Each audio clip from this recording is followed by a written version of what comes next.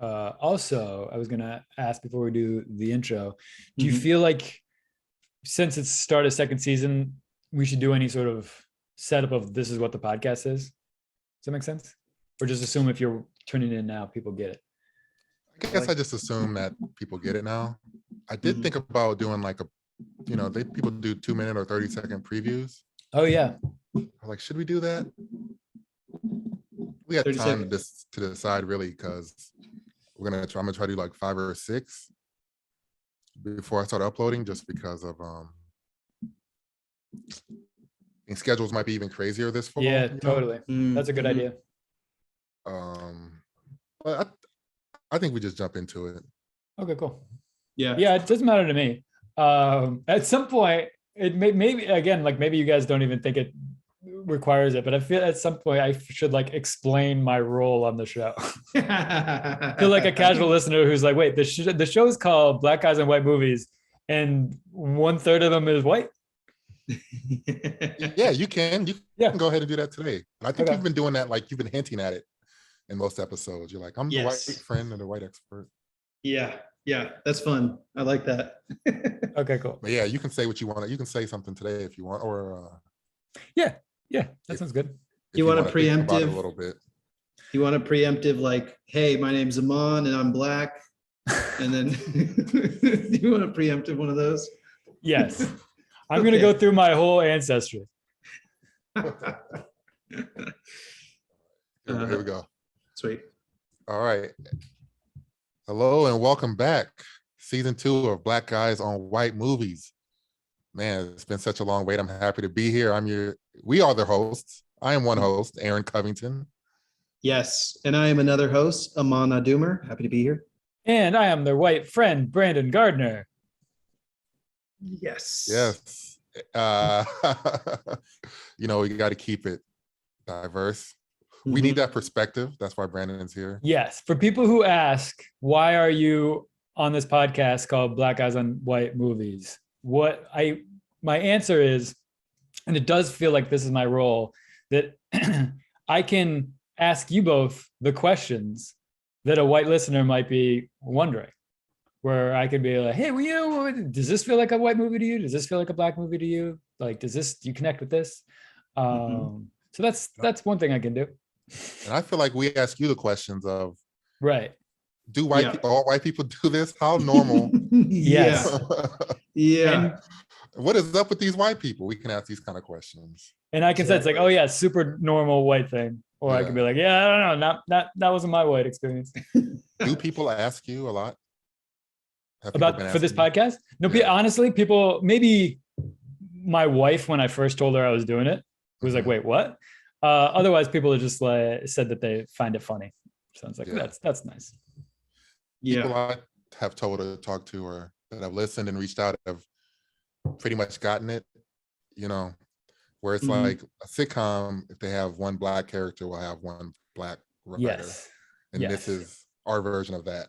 Yeah. Or like a horror movie's got that one black character that gets killed. I'm the white host that gets killed. We kill you every episode. That'd be a good way to end it. Cultural. This week, to start off the season, I think this will be the first episode. We are doing Terminator 2. James Cameron. Cameron. If only it was James Cameron. He would be so cool. James Cameron from Dipset. Has anybody told him he should just change how he's supposed to think? Honestly, he doesn't know. You get that big, people are afraid to tell you the truth. Yeah. No, I'm sure he knows about Dipset. James Cameron knows about Dipset. He's working on all these avatars. He's got time to find things out. Totally. Man, we got to get back in the flow. Let me see. I got the tagline here. Great. For Terminator 2. Judgment Day. Terminator 2 Judgment Day. It's in the title. Yes. Judgment Day. This is the day of judgment. A cyborg identical to the one who failed to kill Sarah Connor must now protect her 10-year-old son John from a more advanced and powerful cyborg. That's it. Yeah, That's that it. sounds perfect. I agree Yeah, with that. that's This exactly right. movie, um, just like that log line, is actually really simple in a lot of ways. Yes. It's just executed so well, Mm-hmm. Mm-hmm. and Uh, we'll get into all of that. Here's a question. I could have researched this, but I just don't have it. I'm curious if you guys know how much time is between Terminator 1 and Terminator 2? It's a great question. It's like 6 years or 8 It's a little years, bit, right? Yeah. 84 to 92. Yeah, 8 years. So what happened was um, a studio owned the rights that no longer exists. Right. They And folded. yeah, Mhm. but they didn't want to make a sequel. They were It's like, crazy. yeah, they were like, Terminator was a hit, but and then James Cameron did Aliens, the sequel to Alien, and The Abyss, which were two movies he probably needed to do to pull this off. Yeah, he said somewhere that the technology wasn't ready for some of the things he wanted to do for Terminator Yeah. 2. Yeah. Yeah. And then him and Schwarzenegger refused to work with the Hemdale Film Corporation Mm. Hmm. because the owner of that corporation had attempted to alter the ending of the Terminator against Cameron's Oh, wow. wishes. Ooh. And the pair had almost physically fought. James Cameron's a bigger guy. He's like 6'3", Is he? Oh, 6'4". He's a tall Wow. guy. So I mean, we're not worried about James Cameron. It's the Terminator coming in and backing him up. That's the one you're worried about. you never know. I'm sure Arnold was making other movies or sailing the seven seas when all this stuff was happening. Well, that's the other, Yeah. between these movies, between 84 and 92, Schwarzenegger becomes an enormous movie Mhm. star. Before we get into that, because that is worth talking about, let's do the Black movie pick of the week. Great. Oh, hell yeah. Black movie pick of the week.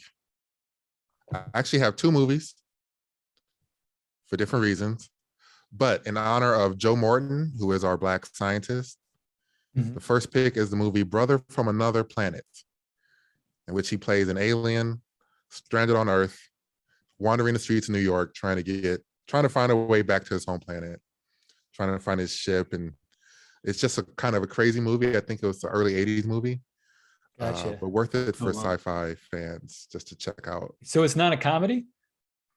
It's comedic. Okay. Yeah. Because it almost Hmm. sounds like Coming to America, but with an alien, like a fish out of water sort of. Right. No, it doesn't go that hard in the comedy.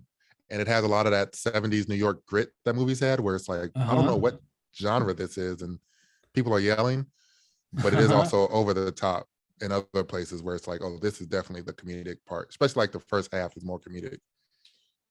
Oh, wow. And then my other recommendation, in honor of the effects of this movie and the action of it, Mhm. is an Indian movie titled RRR, which is on Oh, yeah. Netflix, which is a movie I highly recommend. Yeah, haven't seen it yet, but I heard many good Oh, things. They go yes. dumb crazy on the special effects. I mean, my God. But it works because it's a real story. It's tied in together. Like this movie, the heroes, whether they win or lose the fight, they actually get beat up. They don't just take a couple hits. They're getting like hurt. And in this Mhm. movie, like almost everybody gets shot one time. The Terminator's all messed up during the fights. And Mhm. I think a lot of the modern superhero movies, the hero's like hurt or like he's got hit in the stomach, but they're not like messed up. Yes. And Yeah. it adds so much when you can get to a point where the hero's like really messed up and the bad guy seems almost unbeatable. I mean, Right. the Yes. T-1000 in this was like Oh, man. terrifying. Nightmare fuel. That's So those two movies, Brother from Another Planet Mhm. and RRR, one you'd have to find maybe on Criterion if you have that app or library. Actually, it might be on YouTube or I don't know. I'd say that. Yeah, we don't know. We don't know. We I can can't find it. condone that. And then the Yeah. other one is on Netflix. It's on Netflix now. Indian movie. It's in Hindi Yes. subtitled, but worth the watch. Yeah, that's maybe the biggest sort of crossover Indian movie I've heard of, where it's not Yeah. in English but it's got a Mhm. huge American audience. Yeah. Yeah, it's an amazing. I watched it it deserves the intermission that it has. Like there's an Right. intermission Oh, I in the didn't even middle know of the that. That's movie. wild. It's a long movie, and you know how we are about long movies. We want Uh-huh. movies to be 40 minutes or less. You know what I mean? Right. But this movie is like 3+ hours with an intermission. Oh, keeps you hooked. Wow. Yeah. All right. Yeah. I'm excited. Back to Arnold just for a bit. Mm. Terminator 1 in 84. Then he does just some action movies, Red Sonja, Commando, which were hits. They did Mhm. well. Then Mhm. Predator, which was Oh yeah, massive. massive. Mhm. Then a couple other movies. The Running Man was pretty good in 87. Then Twins, which kind of starts his Right. comedy run. Then he does Mhm. Total Recall, which was a major, super major. Mhm. Then he does Kindergarten Cop Oh yeah. in 1990. Then Terminator 2. Which also did amazingly well. People don't remember Kindergarten Cop Yeah. like Yeah. crushed it at the box office.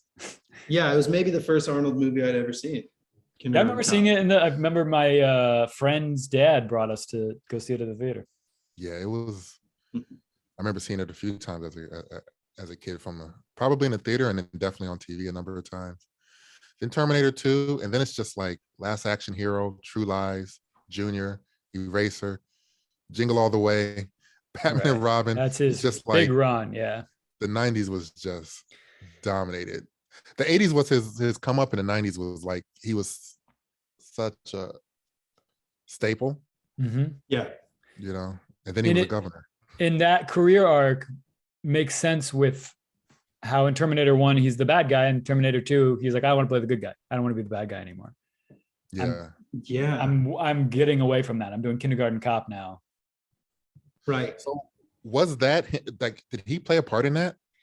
What I read, it wasn't necessarily that, but he definitely didn't want he was like selective about killing people in this one. He didn't want to kill too many people, which is why they have the thing in the movie where the kid like orders him not to kill people.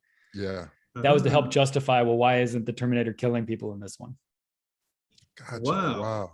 I feel like that was- fits so perfectly with Yeah, it works that great character's as a arc. story thing. Yeah. Mm-hmm. And it's cool for the John Connor character that like as a kid, he has this like integrity. Yeah. I was definitely wondering a couple times, like, is this movie really a morality play about not killing? Or is it just like one of many themes in the movie? Mhm.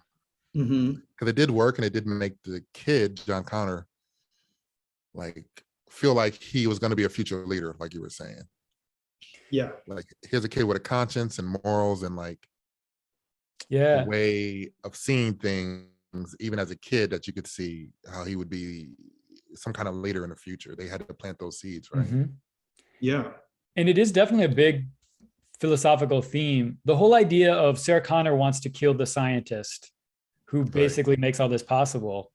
Mm-hmm. I feel like that's something people talk about all the time, is going back in time to kill certain people to prevent tragedies. Yeah. Right. And the philosophy of the kid, which becomes like sort of the philosophy of the movie, is it's not okay even then. Like if you do that, you become the bad guy. Yeah. Yeah. Which is interesting. Yeah. And it replicates the mission of the Terminators from the first movie and this movie, Right. where it's like going back in time to kill the thing from Right. before, Exactly. from Now the it's like future. a good guy trying to do the equivalent of that. Yeah. Exactly. Yeah. Although, I mean, it was like, it's like one of those things, Raiders of the Lost Ark, where they're like, well, Indiana Jones never needed to be in the movie. Like if the Nazis opened up the last ark, it would have killed everyone Right. anyways. Right. I had never thought of that. Right. Oh my God. It's just one of those things. Like he didn't need to try to do stop any them. of that. Yeah. That's really funny. I never thought of it. And the other one with the Last Crusader, maybe what was Last it called? Crusade. Yeah. Sean Last Connery. Crusade with the God Jesus's cup. Oh, yeah, that's this one, right? That's the same one. That's Yeah, the the same one. last arc. I don't know, but yes, Well, Yeah. yeah. They were all going to drink out of the wrong cup. All he right. did was set off the booby traps for them, so they Right. couldn't get through. Wow. Interesting. Yeah. Oh man. it's one of those points where you go, oh yeah, this Dyson guy would have died anyways. The other thing with the going back in time stuff is that this movie plays pretty loose with the logic of going back in time and affecting the future. Yeah, they didn't worry about it. They didn't worry about it, which I think is like the way to go. But because for a lot of these things, it's like, well, as soon as you started changing things in the past, these people that are coming from the future wouldn't exist anymore, or it would be different. So like when they broke the chip, and it's like that immediately is changing huge things. Yeah. Yeah. You can't do a movie today without like, as they're killing people, other things disappear, you know? Yeah. And definitely when the chip goes and the Terminator would just disappear and something else would happen. They'd be in a different place. Yeah. We overthink it sometimes. Gets too complicated, right? It's the enemy of like a good emotional storytelling. Yeah. Good example of this movie. I care less about the logic, but it's very For me, this movie, super influential. Like, it's really one of my first real significant movie memories, for sure. See, I was about 8 when it came out, so it just hit at the right time. And so many of the images from this movie really have just always have stuck with me, or just been in my brain. Like when he cuts off his arm to show that he's a robot. Like I always loved how that happened for some reason, even as a kid. I was like, I remember asking too, like, why were they freaked out by that? And somebody was like, he cuts off his arm.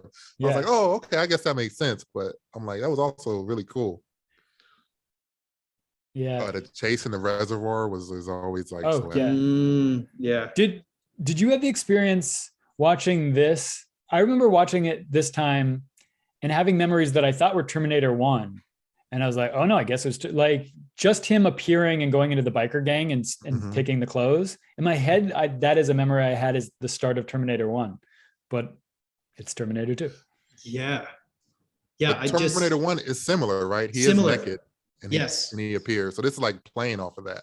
Okay. And he attacks a bunch of like punk rock people who are up. Okay, that's what it is in the first one. Yeah. Okay. Yeah. But no, I agree. There's such distinct little set piece moments that are in my memory, whether I remembered the story or not. Like the T-1000 just being shot towards the end and being split in that way and screeching and screaming. I always remember that, thinking, wow, this is the liquid metal like coming together. After you're like, he's done, he's destroyed. He's clearly done. Yep.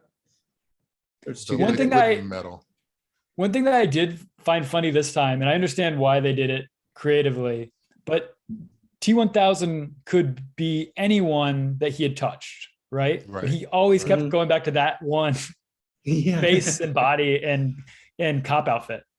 Yeah. Clearly that was his favorite. He's like, this is how I want to look. Yeah. I'm T-1000. I could look like anything, but I really want to look like this particular guy in this cop outfit. This feels like me. This seems right. Oh man, I remember having nightmares about that run of the T-1000, the way he ran and just how fast he was catching up to cars. Did either of you read about that? The running? How he trained for running? Yeah, where he trained to breathe through his nose and sort of make it look like he's not getting tired, even though he's sprinting as fast as he can. He had to like train to do that. About that. That's a great Arnold was actor. also so serious about being a robot. He would have conversations with James Cameron. He talked about this in some interview, but there was just very like small things that he was like very particular about, even in the first Terminator, but even more so in this one. Like, for instance, the Terminator never blinks. He's like, why would a robot blink, bro? Like, he wouldn't blink. So he doesn't blink, and just how he would move his head and like do things. He was like, humans do this for a reason, so a robot wouldn't do this. Right. I don't remember all the things. I looked it up, but he did great. He did great playing that robot. It was just And then also go ahead. Yeah. He really cared about it, is what I was gonna say. Like he was really like, we got to get this right. Like he's deep into acting by this point. right, he's deep. So he's like trying to make his mark, trying to leave it. You know, he's watching other things. He's like, oh, Stallone got what? Okay. I see you. I see. Who else is out here doing something? You know, it's Mhm. competitive. You know, Point Break comes out. He's like, who is this kid? No, look, this is how we got to do it, man. I got to be a Mhm. real Yeah. robot. Yeah. So And also, I think compared to the first Terminator, but definitely most of those 80s movies, he's still enormous, but like he's definitely slimmed down. Like this is Mm. like not an insane a bodybuilder body as he had yeah, Yeah. 10 years Yeah. ago. That's so true. And if this were shot today as all superhero movies are shot, we would see so many shots of him shirtless. And this, it was like he's only a little bit of clothing is missing because he basically screeched through like two vehicles hitting him. And so Right. like You the still shirt get ripped a naked little. him in the beginning. Yeah. yeah, True, yeah. true. Yeah, get it out That's of the way another in the thing beginning. that's so funny to me is he just happened to, it seems like, appear by that biker gang. But it's like, Mhm. imagine all the different places he could have dropped and how he might have been dressed. Like if he Yeah. shows up by a pickup basketball game, the rest of the movie he's in like shorts and a tank top with a sweatband. Yeah, the sweatbands all over. Or it's someone's wedding and he's in a tux the rest of the movie. Yeah. Oh, that'd be so This is what funny. they had. He's got to have a same. They got to have it's in their chip. It's like you have a look. You just have to Right. find it. You He just would gotta have find that look. kept searching until he found the leather jacket and black pants. Yeah. How many people would have died if he had landed anywhere else? Oh man. Oh, that's the version I would see if he landed at a pickup game and then left the pickup game in like a sweatsuit and do-rag and like Yeah. he's got like This is how I'm dressed now. I would love that. Are those Converse weapons? You got the old Magic Johnson. Yeah, wow. Yeah. Laced up. Interesting. No, Related to these are that, Jordans. in the biker bar, Yeah. the other part that's so funny to me is he like throws people with one arm and people keep approaching him to fight. Bro, It's like, back did you not up. just see what Yeah. happened to the last two guys? Oh my God. Yeah. Let it go, man. This Like, big dude. what do you think's gonna happen? Yeah. You can't toss somebody across a room. That's not possible. So if somebody's doing that, something is off. Yeah. I'm gonna Wait. leave them alone. Yeah. You got to pick your fights. But then, those bikers after the fact would be like, yo, I saw him toss you across the room and I still got my ass whooped because I'm your friend. Like I stepped They would have in. had a real nice moment. Yeah. The guy who runs Hey, away I is saw the what you guy did. Yeah. who lost that relationship. Yeah, let's keep going through the movie. Like the beginning is really interesting because it's like post-apocalyptic Earth Mhm. and it's blue tint. Right. And Sarah Connor comes on voiceover. Her voiceover actually was really effective. Probably the most I really paid attention to it. Mhm. Mm. She says 3 billion lives ended August 27, 1997. 3 billion in the nuclear war because of the machine when the machines Right. get sentient. Mhm. And in the fight, and then they flash to like the fight between humans, the war between humans and aliens. This is like still 1997, but everybody's shooting lasers. Right. There's There's a huge advancement. I never really paid attention to that, but everybody's shooting lasers. Right. That's And I funny. wonder too, like in all the sci-fi and all these movies, robots take over movies. Yeah. Why do we always predict doom? Why don't humans ever write a story about? Yeah. I've know, had and- that same thought where because people talk about it with is it the synchronicity? What is the term for like when AI gets so good that it can improve its Singularity. own? Is singularity? That's what it is. Yeah. And just I feel like humans project onto artificial intelligence this idea that they would be violent and want power, which are like human desires. Right. And there's no like you could have a supercomputer who's smarter than any human, but that doesn't mean they're like, well, now it's my turn to take power. It's like, Right. why would they want that? Right. They might not even have that as a motivator. They probably would. Yeah. My go ahead, Emma. Yeah, no, that's so true. I feel like you're saying, we're projecting our own human negative instincts onto computers and artificial intelligence. Right. And is that a white trait? I mean, the movies that are made like this are Oh, interesting. generally white controlled movies. Mhm. I don't know if there is one with a black like think tank behind it, producers, director, writer. Mhm. And then I wondered too, is like, okay, if white people are making these, do white people think that is that white guilt? Being like, oh, we can't, this can't last forever. And when it ends, Mm. and even if it's a reflection of whiteness itself, the white patriarchy that quote unquote is taking over the world, is that them telling on themselves in some way? I just Mm. wonder.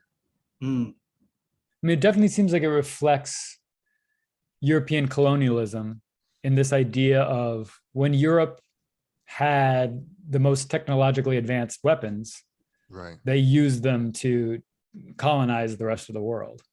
And right, so I think it's this, yeah, it could be like guilt or like fear built into this idea of, well, if anyone gets weapons more powerful than us, they're going to do the same thing to us that we did. Yes. Same thing with aliens, right? That's always the fear yeah. with aliens are going to come and take us Which over. is Yeah. the That's same fear in America now, where it's like, Mhm. Mhm. if we lose numbers, if minorities, if black people get guns, get weapons, if they get any power, what has happened to them historically, they're going to turn the tides on us. Right. And that was the same fear during, Jim Crow, during civil rights, during Mhm. the era of slavery, where it's like, if they get it, they're going to be just as evil as we were. Right. Which, if that's your thinking, maybe you should correct course on your actions today. That never becomes Yeah. part of the equation. Funny enough. Yeah. Mhm. Yeah. I feel like it's the easy go-to to stir fear. And similarly in politics now, when they talk about like shutting down borders and not letting people in, and oh, they're going to come and take your jobs, those kind of like fear mongering um, sentiments. I think it's Right. all reflective of what you're saying. It's this idea that like a reckoning is coming, and how do you prepare for it? Yeah. A But you're reckoning. right. That's interesting. There's no evidence that that's the case. Like people are specifically coming to do harm because of Mhm. what happened in the past or what was done. Yeah, it'd be interesting to write a movie where AI becomes, rapidly more intelligent and it isn't violent, and to be like, well, what would they do? Because they don't Yeah. really like humans pursue pleasure and avoid pain is generally what people talk about human motivation. And what would AI motivation be? When I'm on my grind, I pursue pain and avoid pleasure. That's how you make progress. How the high value man. No. A friend of mine, a good friend of mine, this guy Bernard, has an idea where aliens, there's like they become sentient and there's a little war, but they advance too quick and they win. Mhm. And then they just leave humans alone. They're like, oh well, it's like if we got into a war with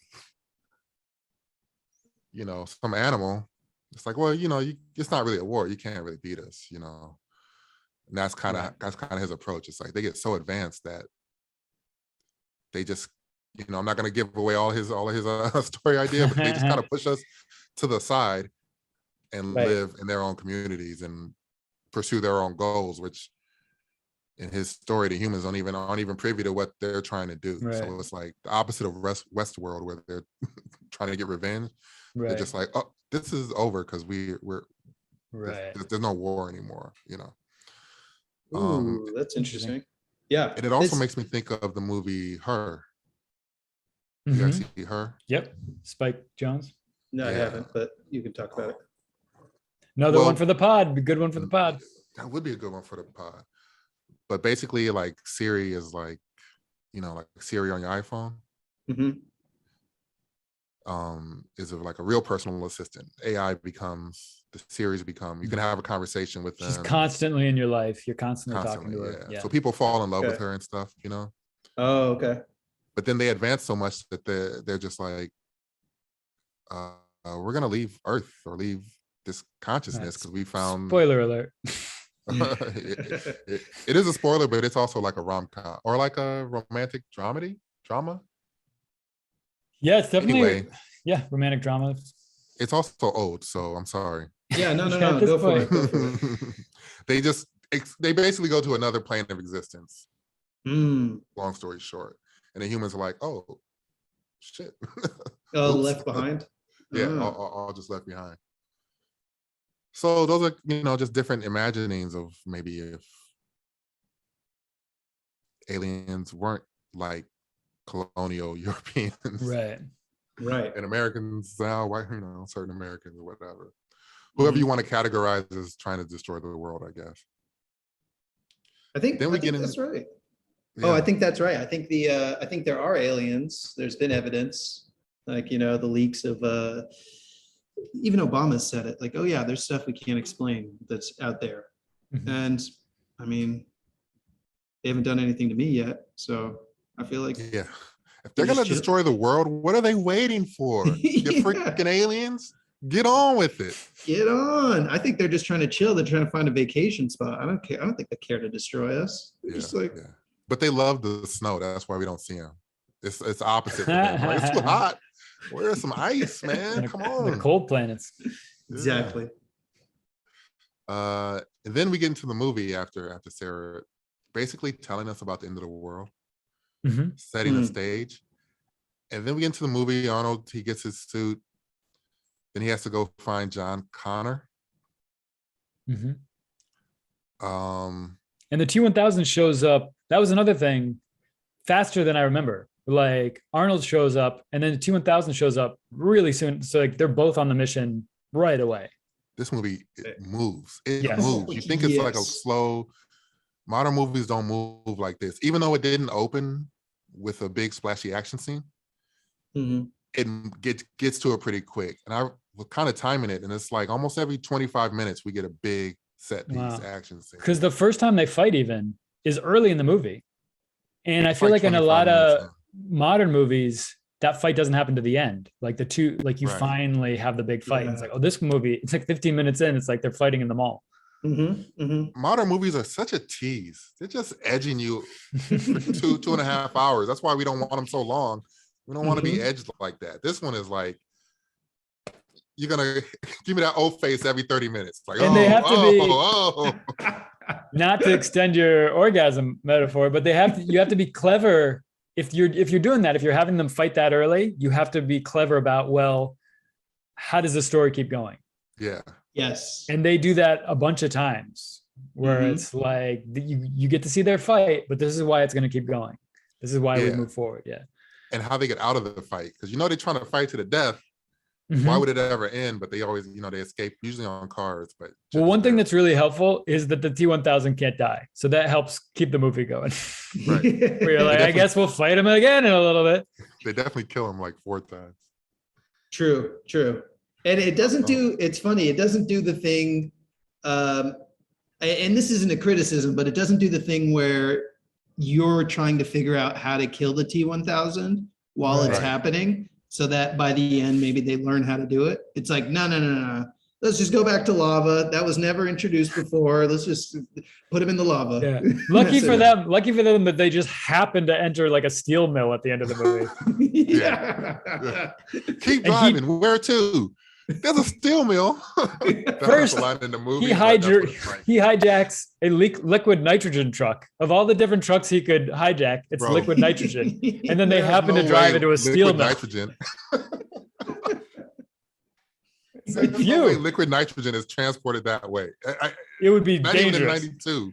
No, not in like an oil tanker. Yeah, that's an oil tanker. Yeah, you're not getting liquid nitrogen in that. That's 1,000 gallons of liquid nitrogen sloshing around on the highway. One thing that I did also thought was like a cool script choice was that Sarah Connor's in a mental hospital. Like that's a smart thing to be like, if you experience this from the first movie, what would you do? And how would people react to you?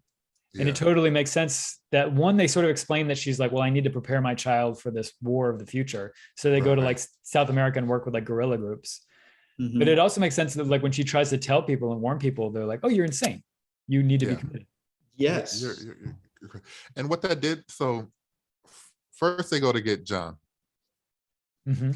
And of course, his family is a mess, his adopted parents. And the first thing I wondered when I saw it is like, was Leave It to Beaver the only functional white family on TV? Especially in the 90s. And we did some other 90s movies. The parents are always at odds with the kids. The kids are always rebelling. What you Mhm. rebelling for? Y'all are white kids. Shit, Also- it's just not that bad. I already know it's not that bad. In a movie where we're going to see them both killed, Yeah. it helps that they're not great.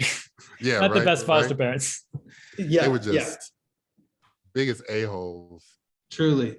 Truly. But he was also an a-hole. John was an a-hole. Oh, He had some he attitude. was a little punk. He was a little Yeah. punk. He was for a sure. punk. For sure. For sure.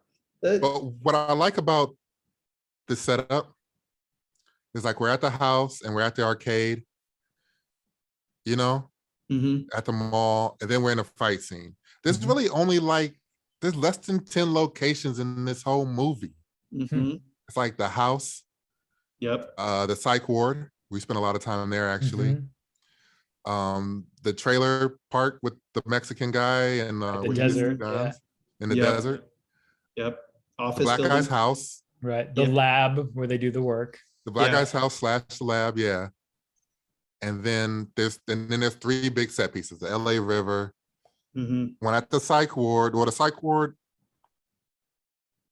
Yeah. and then the big the warehouse Yeah. at the end. Yeah. Yeah. More or less, that's basically it. It's such an economy of like production. Mhm. When you think about it, it's like, oh my For a god! I feel like movie movies today that- have like 50 locations. This one Yeah. was like, nah, man, we're putting all the money into these effects, into this liquid metal guy, and we Mhm. have like 6 huge explosions that we have to really do because we didn't even have the CGI at the time. Right. No. But all Yeah. these practical explosions we have to really do. Yeah. Well, we got to get the helicopter And the out. movie was still so long. I forget how long they said, but it was something like 9 months where Oh, wow. the actor who plays John Connor's voice changed during production. So they had Yeah. to ADR all of his lines.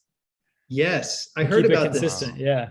And I also heard that he hit a growth spurt. And so then Right. they started putting him in a hole to like keep him short. Because he had to be shorter than Sarah Connor. Yeah. Yeah. Wow. Yeah. That's just a James Cameron of it because he's such a, Perfectionist. I don't know about James Cameron, perfectionist or maniac. Yeah. Tyrants. he, Maniac. he does know how to make a movie. Maybe he could have other methods. I don't know. I don't know all the situations, but Mhm. they had shirts that were like, what were the shirts? You can't scare me. I work for Jim Cameron. For Jim Cameron. Right. Were like the crew shirts because he was so like just however he is and had the super long production. Yeah. With this movie and with Aliens, you can't really argue with it. You're like, well, good movies. Truly. Yeah, I don't even know what Agree. to say, but they were good. They are great movies. Hey, and Titanic. I'll throw it in there. I love Titanic. It's, Yeah, it's a feat. True Lies was great too, but it ends there. We're not going after. let's leave it alone. Yeah. What some other things in this movie? Because there's a couple things we should talk about James Cameron a little bit specifically. Mhm. I like how much of it was practical, even though it was like the biggest CG movie at the time also. But that was mainly because T-1000 was all CG. Yeah. Like that liquid Right. metal, that's not, none of that was real. It just couldn't, what, Yeah. you know. There is it no doesn't make real. sense. Yeah. Mm-mm. I mean, it's still so good that I'm like, I don't think I've seen this in even recent movies or movies since then. This kind of liquid metal. Yeah, nobody's used that Yeah, it holds up. effectively, really. Yeah, that's interesting. As just like Think about it. that is a character, right? Mhm. They've used pieces of it, but it's not just been like we have a liquid metal character. Right. When they get to so going through, they do the chase at the LA River. He just picks the kid up off his motorbike, puts him on his bike. Mhm. Mhm. Fun scene. We get the fight at the psych ward, which is great. They do a good job in the psych ward too of you're really on her side. Like they make Super. the orderlies like creeps and like the worst people. Creepy doctor. Yeah. Like the guy who licks her face. Oh, As soon as he licks my your face, you're like, he's definitely gonna die because Yeah. they want Yeah. us to hate that guy. God. As soon as he did it, I was like, oh, this is where Tarantino got it for Kill Bill. Oh Right. yeah, right. Oh, yeah. I was like, he even kind of looks like the guy. Yeah. Yeah, So the real psych creepy. ward was creepy and dangerous. And Sarah freaks out when she sees Arnold, right? Because he was chasing her in the first one. So that's a good moment when she's just like, oh, so just terrified. But then John is there and he's like, Mom, come on, let's go. She's like, oh, she gets it. I like that she gets it quick. Yep. You know, and she doesn't keep they don't asking waste our questions time. later. Yeah. No, they Going cut back to through it. James Cameron, that's another thing with Aliens and this movie too. The female action protagonists are great, much better than they were in most 80s and 90s movies, where they were like complicated, smart, right? Yeah, totally. These were like roles that I've heard a lot of people, like my girlfriend talks about this movie and goes like, I loved her when I was a kid. It's I'd a watch cool her with my role. mom. Yeah. Yeah. And even for us as kids seeing this, I mean, I never once was like, a woman with a gun. I was just like, Sarah Connor is dangerous, man. Yeah, they make her a badass. She's doing like pull-ups Yeah. off her bed the first time you see her. We're like, whoa. Right? Yeah, I was that like, introduction alone, you're like, damn, she's gonna kick some ass. you know, so I always really adored that character. Thought they did a good job. What else? Oh, when so they go to the guy's house, right? Well, it's actually real interesting how they set it up. They're basically, I think, in Mexico or in a desert, Right. pretty far away from T-1000. Sarah has a vision, right, of the future. Yeah. Or sort of like this dream that they set up earlier, she always has, which is of this like Right. nuclear holocaust thing where the kids on the playground are melting. Yeah. Because it seems like she's like, oh, we're gonna run or whatever, and then she decides from this vision, the only way to end this, I gotta end this now, is to go and stop the guy that creates the chip.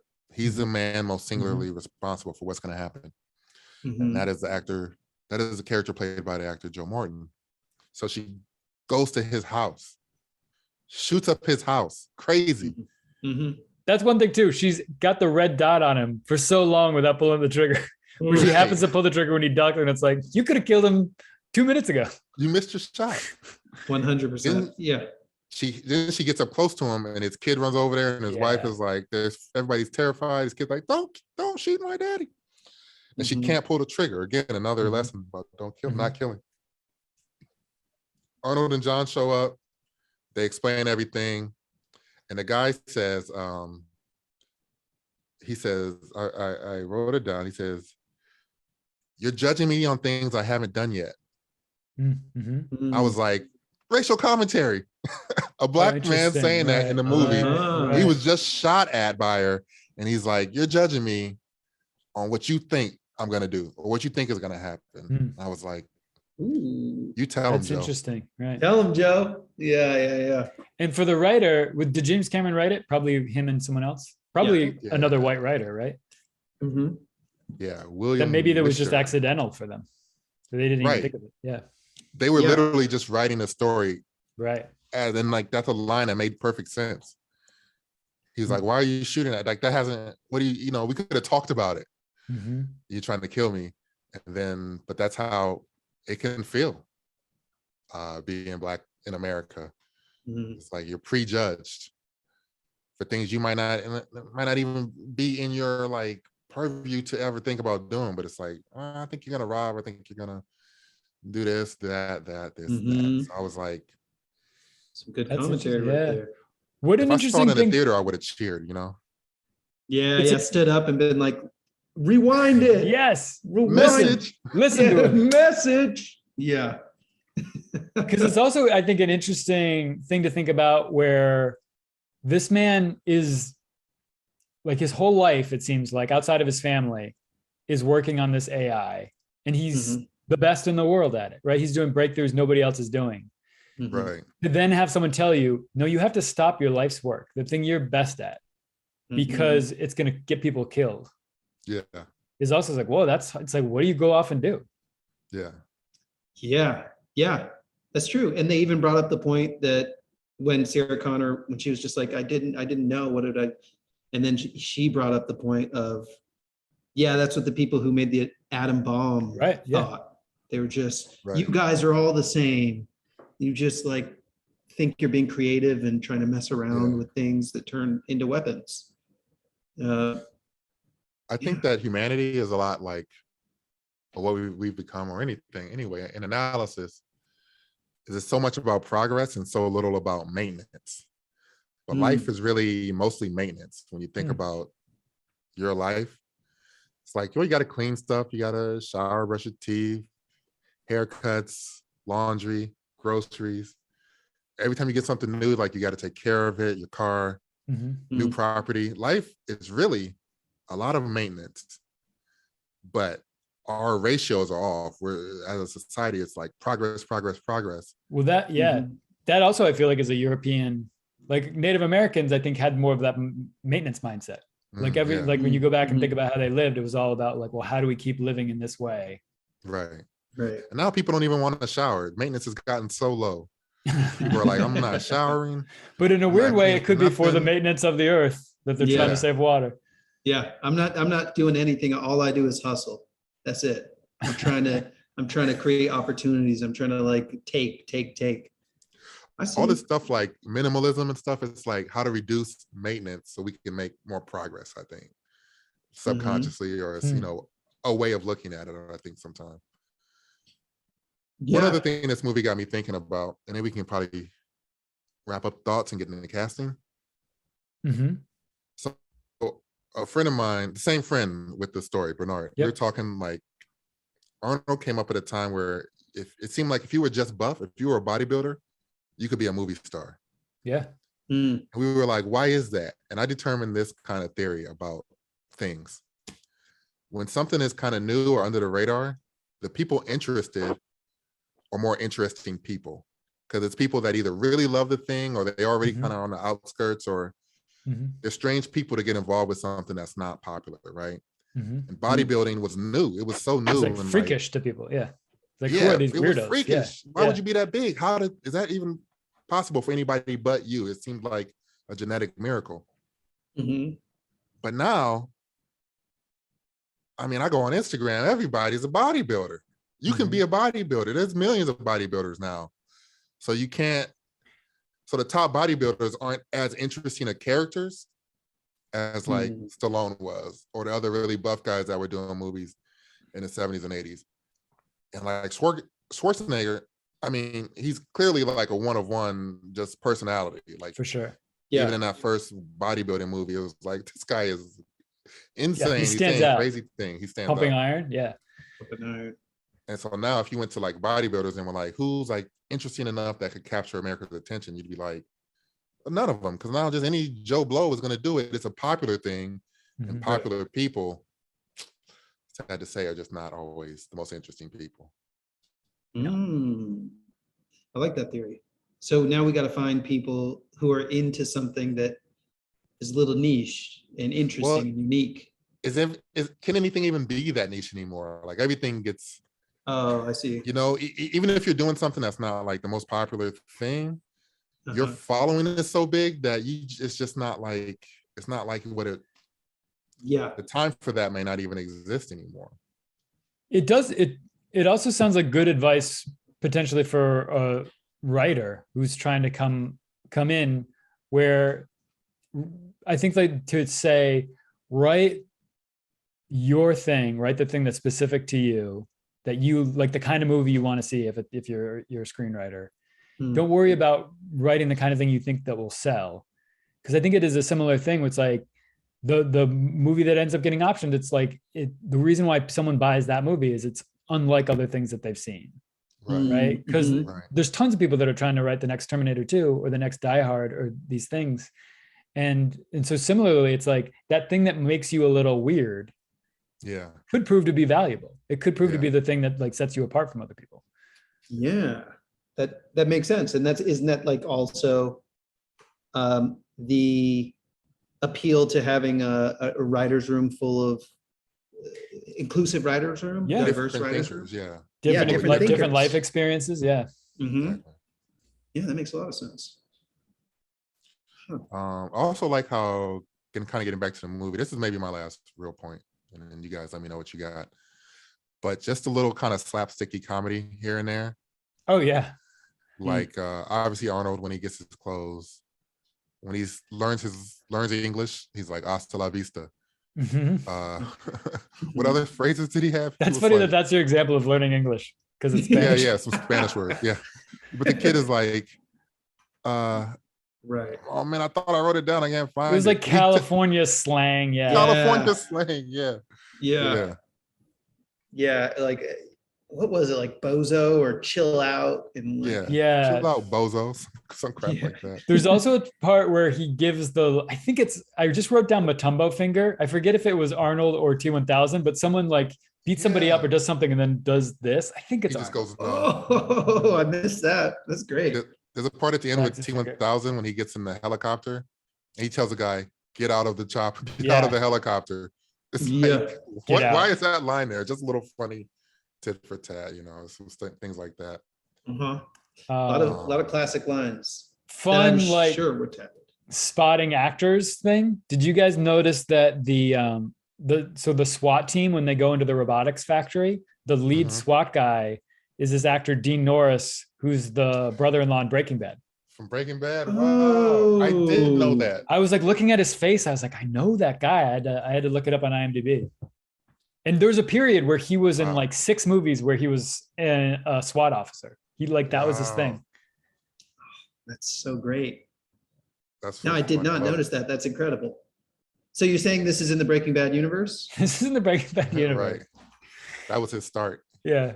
He should have had a line in Breaking Bad like, you won't believe the things I've Some seen. of the shit I saw. Back in the 90s. I almost got blown up in a robotics factory. Arnold's gun flip is just one of the coolest reloads. It's the coolest reload in movies. Mhm. And I read it fucked up his finger. Oh, It really? was like tearing the skin off his finger, Oh, but he shit. knew it. They needed the shot, so he kept doing it. He just kept doing it. Wow. Oh, that's great. I love the Arnold first introduction when he's shooting at the T1000 in that little hallway in the mall, Uh-huh. where he pulls the gun out the box of roses. Oh yeah. I'm like, Yeah. that feels like such a 90s scene where there's a gun with roses, doves probably around, where you drop the roses. Guns N' Because Roses. it's Guns N' Yeah, Roses, Guns N' baby. Roses. And a It's Godfather also shot too. Yeah, I was gonna say Godfather. Yeah.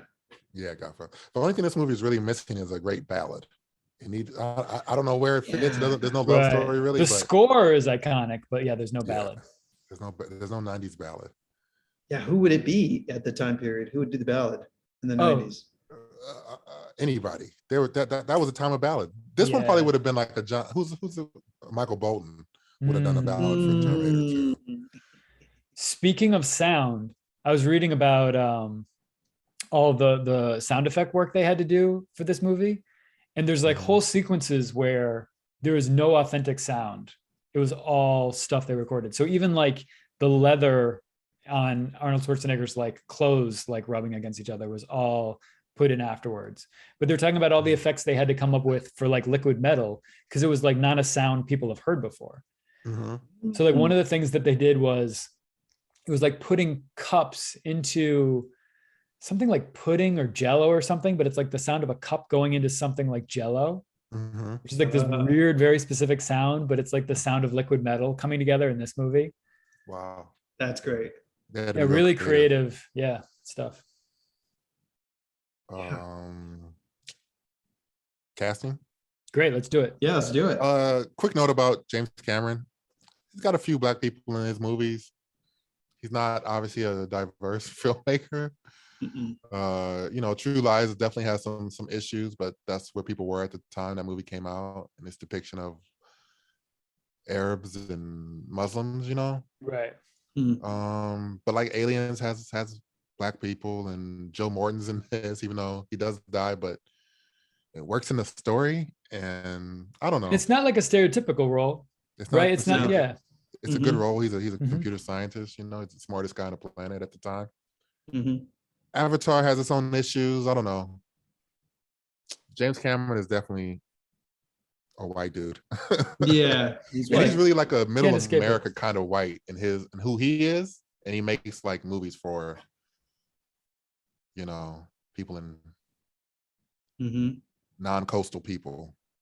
Yeah, he's Yeah, actively really for said- everybody. Yeah. That's what he said. He's actively been like, I want to make movies for the largest audience ever. Yeah. So it makes Mhm. sense. Makes sense. And that why always he's- skews white first. When they say largest audience ever, they definitely mean like the most white people first. And then it's Mhm. like, well, you know, if you're black, Right. please Why come out and not? see like the Right. biggest movie ever. Yeah. But Yeah. it's not really like for you, you know? Right. This is Mhm. one thing we didn't really say in the first season. I'm gonna say here, then we'll do casting. It is strange when you think about it, for all the strife with black and white, how infrequently white people watch black programming Hmm. or even listen to black music. But I know like hip hop has obviously had a big white audience, and you know, some of the more popular music. And white people like Motown and throughout Mhm. history, but like Yeah. especially in TV, like asking a white person if they've seen, if it's not like Jordan Peele's Nope is going to get a diverse audience. It's going to get white people Mhm. are going to see that. Mhm. Mhm. But you're not going to watch just so many programs on TV and in movies. And it's like, but you know, movies are a window in to another culture. It's like, Mhm. I wish there were more of an imperative in this country for white people to also see black movies, to also watch black TV shows. When if you are black, you are almost forced to watch white-led programs if you want to Mhm. watch TV and watch movies Mhm. with any kind of, you know, with any Yeah. regularity up to like just a normal pace of doing that thing. So That seems that's like it's something that, also someone on like the executives who are probably also white, sort of trusting, oh, I can cast this black actor as the lead, and white Mhm. people can identify with that character still. I don't have to worry about that. In the same way that, like you said, like black audiences have always had to identify with white protagonists because they yeah. had no other option. And like when there's a foreign movie that hits, you know, that comes over here and it's like, oh, we want to get a view into that Mhm. culture and that culture, but you can learn about a whole nother culture right here. You know what I Yeah. mean? Go through the catalog of black movies and watch more than just like, I don't know, Color Purple and 12 years. Like go watch Barbershop. You know what I mean? Yeah. Go watch, you know. Right. And for some people, it's like both, yeah, experience another culture, but also just like experience how the ways you're not different. We're like, oh Exactly. yeah, That's we, also a big we have the part. same problems. We have the same, same goals. Yeah. All right, we're getting the casting. This is actually a short casting, not a big Yeah, I cast. only cast Small cast. 5 characters. Yeah. Same. 5. I only did 4. I didn't do the kid because it's kids are, you know, I would just do a Yeah, I casting almost skipped the spreadsheet, kid, but I went with an old reliable for the kid. but nice. Yeah. Have to. Have to. Okay. All right, I'll start. I'm Arnold. excited about this. Let's Yeah. do it. Let's get I was telling you before, casting got a little quirky. My Schwarzenegger, my Arnold, my T800, LeBron James. Oh. Obviously, huge star, and it's a role that doesn't require a lot of acting, a lot of emotion, right? You're a robot, right? So you Mhm. don't have to bring in an actor. He's obviously like physically very impressive, like Arnold Schwarzenegger is. I bet he could do all the action stuff. He's like from like commercials and the stuff he does, like I think he could do at least as well as Schwarzenegger does, like the little bits of comedy, the like sort of awkward robot comedy stuff. Yeah. Right. So yeah, he's my T800. Crossed my mind as well. LeBron Really? or just an athlete. Yeah, I was Uh-huh. like, man, maybe you Wow. gotta go athlete for this to get that physicality. Well, wait till you hear about my T1000. I'll go next, and Amon can, you know, send us home.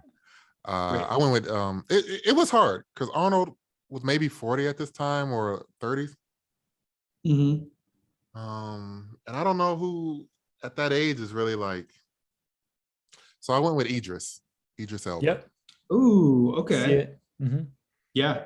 I can see it, and he's a great actor. That would Great work. actor. He'll figure Yeah, it he's out. almost too good. Where it's like you got to Way really too just good. be like, Idris, you don't have to do that much. Tone it down, bro. Tone it Pull down. back. Pull back. Yeah. But he seems to be game for almost anything. So I think he would definitely like robot lock in.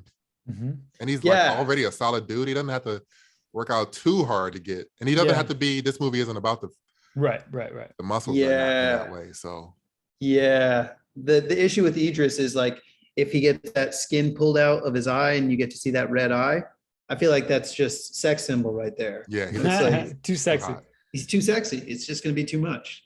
Mhm. So The for my Terminator's main weapon, sex appeal. His second sex weapon, appeal. shotgun. Yeah. All right. I tried the first one. Let's pull out the shotgun. Yeah. So for my Terminator, I was thinking physicality Mhm. and that ability to just play a robot. And then I also want to give this guy a huge role. So Okay. I went with Michael Jai White or Jay White. Oh yeah. You know what I'm talking about? Dynamite. Yeah, Black Dynamite. Yeah. He's He been in a was the original million Spawn. things. Oh, okay. He's been in a million things as like a side thing. He's been in The Dark Knight. He's been in just Yeah. so many things. And he's a professional martial artist. He's buff as He's hell. buff. Yeah. He'd be strong. great. I thought about him too. I just went with a bigger name, but he does seem like he's made for a role like this. Yes. He's probably played one in some smaller movie, some kind of cyborg or something. Guaranteed like a lower budget type of thing. Yeah. Yeah, straight to VHS. T-1000. All right. Ready? Yeah. Yeah. Giannis Antetokounmpo.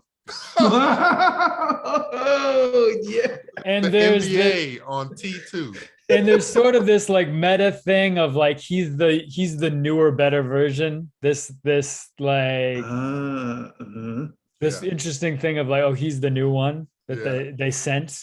And just imagine him Bigger, stronger, sprinting faster. after a bike. Oh my And God. also like that game face you see sometimes he puts on this thing where you're like, Yeah. oh, he looks like he could kill somebody. He's such a beast.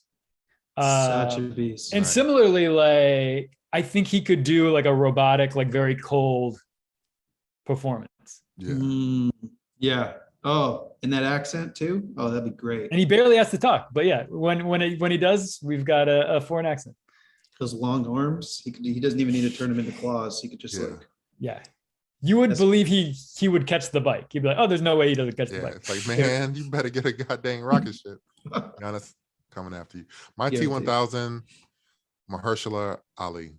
Ooh, Nice. yeah. Also Yeah, you kind got of the meta, real like solid the actors. Yeah. kind of the meta next young or slightly younger, guy coming up. Mhm. Mhm. He kind of has that angular face like this actor did. Mhm. Yeah. Give him a flat top, Mahershala. Cool. That's great. That's great. My T1000 is I'm going with an old solid choice, great actor, Jonathan Majors. Oh yeah.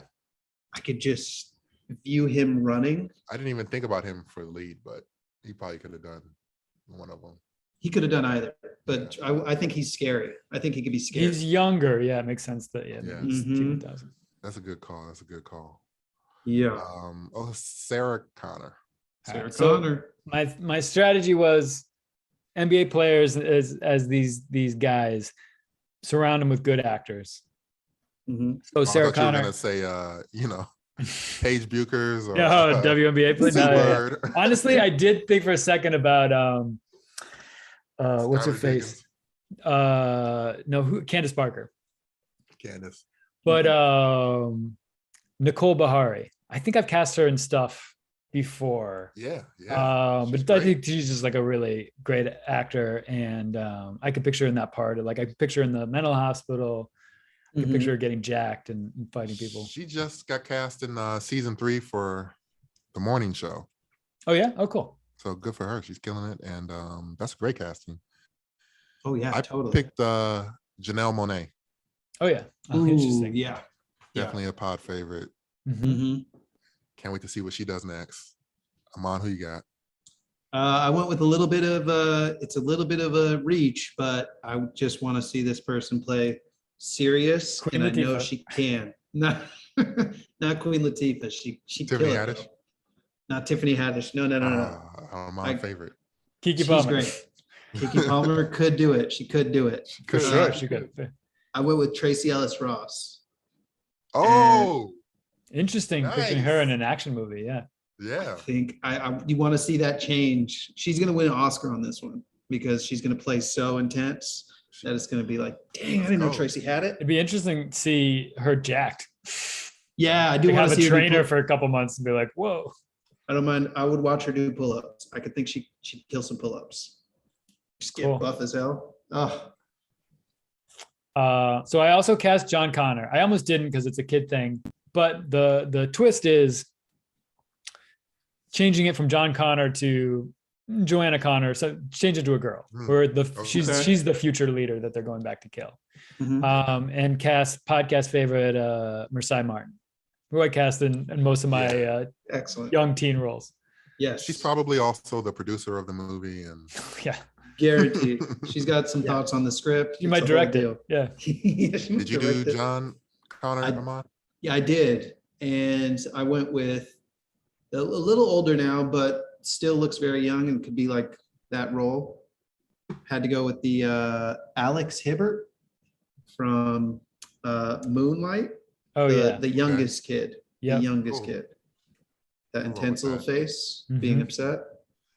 I did cast one other role, the Joe Morton role. I picked a white guy. I did a race. Oh yeah. I was Ah, thinking about it. okay. Yeah, or casting a different. Yeah. And it was tough. I was like, just any white guy. But I ended up just going with Jeremy Strong from Succession. Oh yeah. Uh huh. Ooh, Yeah. yeah. No Yeah. reason in particular. Just kind of was thinking of a skinny white guy that maybe wasn't too famous, but was That pretty feels famous. right to me. I can buy him as a scientist. Yeah. Yeah. Yeah. I cast him as black and just Great. recast him, made him younger. And it was between these two people, and I'm still struggling trying to decide, depending on the budget, we'll see.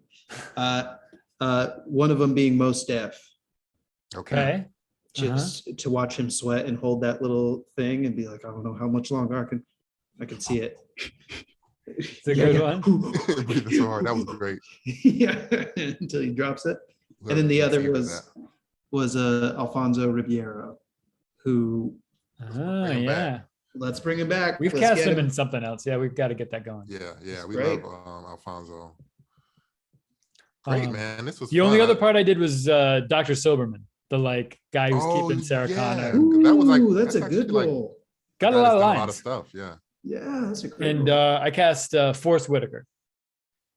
Nice. Mhm. Yeah. I couldn't think of I wanted someone creepier, and I couldn't really think of who that guy would be. Yeah, This guy who Where are the creepy guys now? Where are the Yeah. creepy black guys? Get some creepy black guys. Yeah. involved. if you guys can think of like a 60-year-old creepy black guy, let me know. I'm recast tired of it. everybody being so cool. Give me some freaks and creeps Got a little Yes. bit of on these creepy. movies and shows. I want some weirdos, Yeah.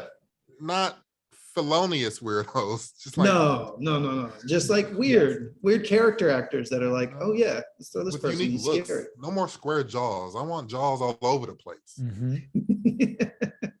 Let's bring back the uneven jaw. Bring back Yeah. the even jaw. Cleft chins.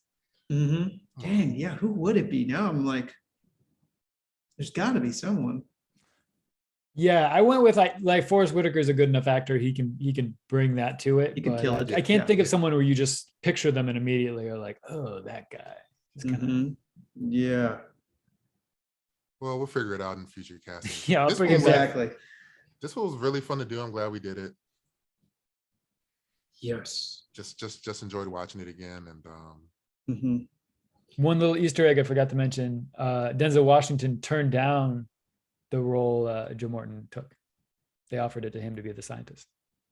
yeah, it was too late. Yeah. This was after Oh, X. for Denzel. Oh yeah, he was. Oh, yeah. Yeah. Come on. He was just like, I don't want to be the guy who gets killed. Yeah. He's like, I should be the damn Terminator at Right. that point. Yeah. Yeah. Yeah, that would be a great Terminator. Cool, But- man. Good pod. What are you gonna say, So man? amazing. Yeah, you gonna wrap us up? I was just gonna say this is a great movie to come back on. It was all these great nostalgic memories. You can't go wrong with Terminator 2. It keeps you interested. You watch it, you go, this is a movie, Mhm. and it's trying to entertain me, and it's succeeding. And still, like we Uh, said, has a lot of interesting themes, both intentional and maybe unintentional about Yeah. what it says about people. Yeah, totally. So thank you, Jim Cameron. We appreciate you. Jim Camera. We appreciate you for Dipset. making this. Dipset. Oh, later. Peace. Peace. Till next time. Fun times.